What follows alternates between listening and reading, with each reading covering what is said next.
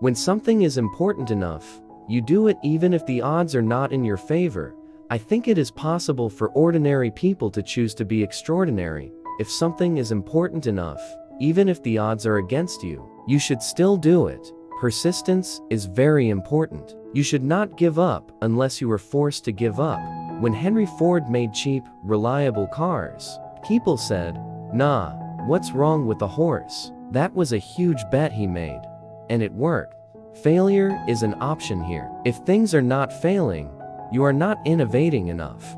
You shouldn't do things differently just because they're different. They need to be better. Some people don't like change, but you need to embrace change if the alternative is disaster. Constantly seek criticism. A well-thought-out critique of whatever you're doing is as valuable as gold. I think it is possible for ordinary people to choose to be extraordinary. If you're trying to create a company, it's like baking a cake. You have to have all the ingredients in the right proportion. I could either watch it happen or be a part of it. The first step is to establish that something is possible. Then probability will occur. The path to the CEO's office should not be through the CFO's office, and it should not be through the marketing department. It needs to be through engineering and design. Work like hell. I mean, you just have to put in 80 to 100-hour weeks every week. This improves the odds of success. I always have optimism, but I'm realistic. It was not with the expectation of great success that I started Tesla or SpaceX. It's just that I thought they were important enough to do anyway.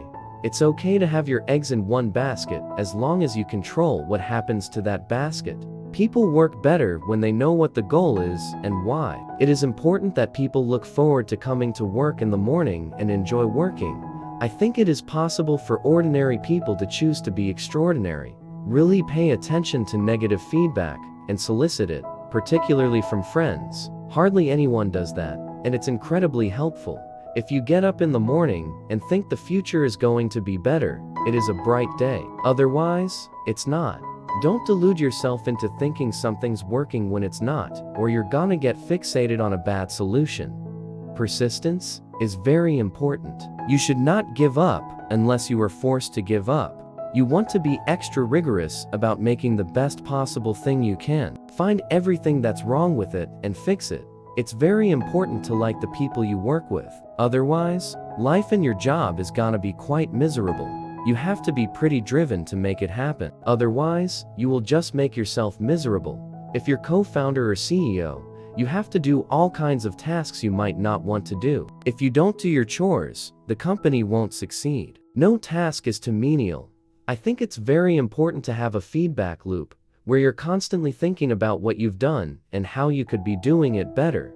Don't just follow the trend. You may have heard me say that it's good to think in terms of the physics approach of first principles. This is what I mean by that. Brand is just a perception, and perception will match reality over time.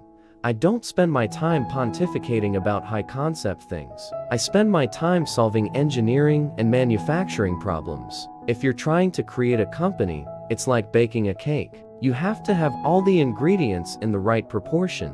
I think that's the single best piece of advice. Constantly think about how you could be doing things better and questioning yourself. Great companies are built on great products. I think it is possible for ordinary people to choose to be extraordinary. I do think of myself as an engineer, and a large part of what I do is engineering. But I do also have a strong interest in the aesthetics of things. I think the best way to attract venture capital is to try and come up with a demonstration of whatever product or service it is, and ideally take that as far as you can. Just see if you can sell that to real customers and start generating some momentum. The further along you can get with that, the more likely you are to get funding. It's okay to have your eggs in one basket as long as you control what happens to that basket.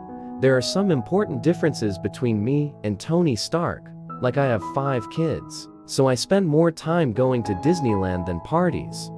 I think we are at the dawn of a new era in commercial space exploration. I don't create companies for the sake of creating companies, but to get things done. We're going to make it happen. As God is my bloody witness, I'm hell-bent on making it work.